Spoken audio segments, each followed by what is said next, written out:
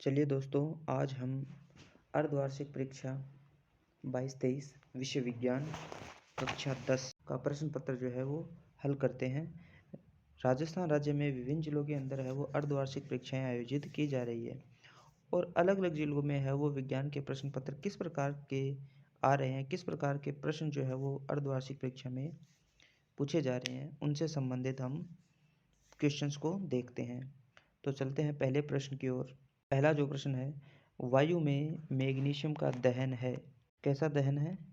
ऑक्सीकरण है। क्या है? ऑक्सीकरण। मैग्नीशियम को जब वायु की उपस्थिति में ऑक्सीजन के ऑक्सीजन जलाया जाता है तो मैग्नीशियम ऑक्साइड बनता है। तो ये एक ऑक्सीकरण है, ऑक्सीजन इससे जुड़ रहा है। अगला प्रश्न देखिए, अमाशय में कौन सा अम्ल उत्पन्न होता है? अमाशय में कौन सा अम्ल उत्पन्न होता है? HCl, हाइड्रोक्लोरिक अम्ल उत्पन्न होता है। अगला प्रश्न देखिए, अधातु जो कमरे के ताप पर द्रव है। अधातु पूछा है तो निश्चित तौर पे ब्रोमीन होगा और धातु पूछता तो पारा। अगले प्रश्न की ओर बढ़ते हैं, कार्बन के किस अपरूप में मुक्त इलेक्ट्रॉन पाया जाता है? निश्चित तौर पर ग्रेफाइट होगा। ग्रेफाइट के अंदर एक इलेक्ट्रॉन मुक्त अवस्था में पाया जाता है, जिस कारण से ग्रेफाइट अधातु होते हुए भी विद्युत का सुचालक होता है। सिलिकॉन है। सिलिकॉन एक उपधातु है बच्चों। क्या है? उपधातु। इससे सोलर सेल भी बनाए जाते हैं, सोलर सेल। आगे देखिए, हीमोग्लोबिन पाया जाता है। हीमोग्लोबिन है वो आरबीसी में पाया जाता है। आरबीसी एकमात्र सेल है जिसके अंदर केंद्रक नहीं पाया जाता, यानी केंद्रक विहीन सेल होती है। केंद्रक विहीन सेल कौन सी होती है? आरबीसी। क्यों? क्योंकि ज़्यादा से ज़्यादा हीमोग्लोबिन इसको अपने अंदर भरना है और इसी हीमोग्लोबिन के कारण है वो हमारे रक्त का रंग लाल होता है। चलिए दोस्तों, अगले प्रश्न की ओर बढ़ते हैं। मानव लार में पाया जाने वाला एंजाइम है एमाइलेज। हाँ, एमाइलेज एंजाइम पाया जाता है, बिल्कुल सही है, एमाइलेज। पेप्सिन, ट्रिप्सिन ये नहीं पाया जाएगा। लाइपेज लिपिड को एमाइलेज एंजाइम, इसका उत्तर होना चाहिए। एमाइलेज को एक और नाम से भी जाना जाता है, जिसको बोलते हैं टाइलिन। ये लार में पाया जाता है। आगे देखिए, अगला प्रश्न, आनुवंशिकी का जनक है। कौन है? मेंडल।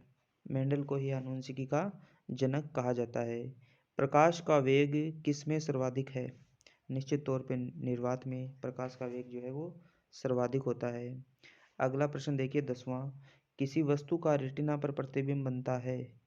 सीधा व वास्तविक, सीधा व आभासी, उल्टा व आभासी और उल्टा व वास्तविक। देखिए, आँखों की जो रेटिना है उस पे जो प्रतिबिंब बनता है वो बनता है उल्टा और वास्तविक। कैसा बनता है? उल्टा और वास्तविक। अगला प्रश्न देखिए, सोलर सेल किसके बने होते हैं? सोलर सेल जो है वो उपधातु सिलिकॉन के बने होते हैं।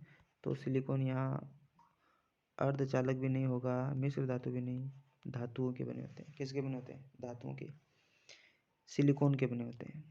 आगे देखिए, खाद्य श्रृंखला का निर्माण किया जाता है। खाद्य श्रृंखला का निर्माण, घास, गेहूं व आम, घास बकरी व मनुष्य, बकरी गाय व हाथी, घास मछली व बकरी। देखिए, इसमें घास, घास को कौन खाता है? बकरी। बकरी को फिर कौन खा जाता है? इंसान। इंसान इसको उड़ा देता है। बी इसका सही ऑप्शन होगा। अगले प्रश्न की ओर बढ़ते हैं। प्रश्न नंबर 13, रिक्त स्थानों की पूर्ति कीजिए। 13वां प्रश्न देखिए, नाइट्रोजन की क्रिया किसके साथ कराए कि अमोनिया बन जाए? देखिए, निश्चित तौर पे 3H2 सही है ये उत्तर। 3H2 के साथ क्रिया कराएंगे तो, यानी नाइट्रोजन की हाइड्रोजन के साथ क्रिया कराएंगे तो अमोनिया गैस बनेगी। ये कौन सी गैस है? अमोनिया गैस है। अगला प्रश्न देखिए, 14वां, मनुष्य में वृक्क खालिस्तान तंत्र का भाग है। वृक्क जो है वो उत्सर्जन तंत्र का भाग है बच्चों। उत्सर्जन तंत्र का भाग कौन सा है? वृक्क। वृक्क को इंग्लिश में क्या कहते हैं? किडनी।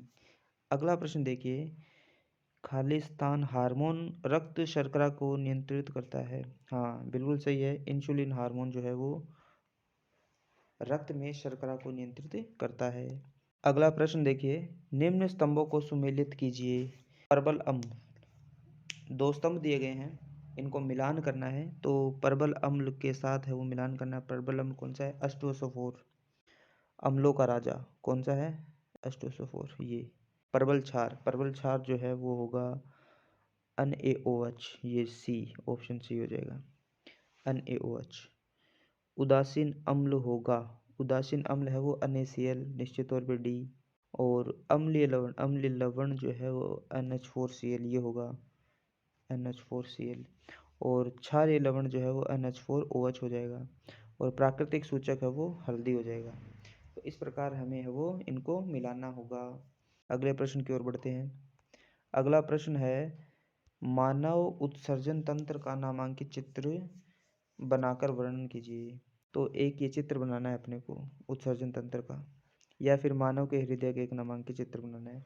तो इन दोनों में से कोई एक प्रश्न हमको करना है।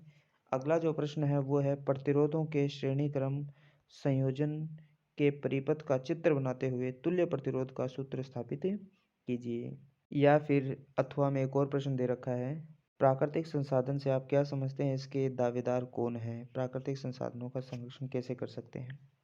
देखिए इस प्रकार के जो प्रश्न हैं इन दोनों में से आपको कोई एक प्रश्न करना होगा।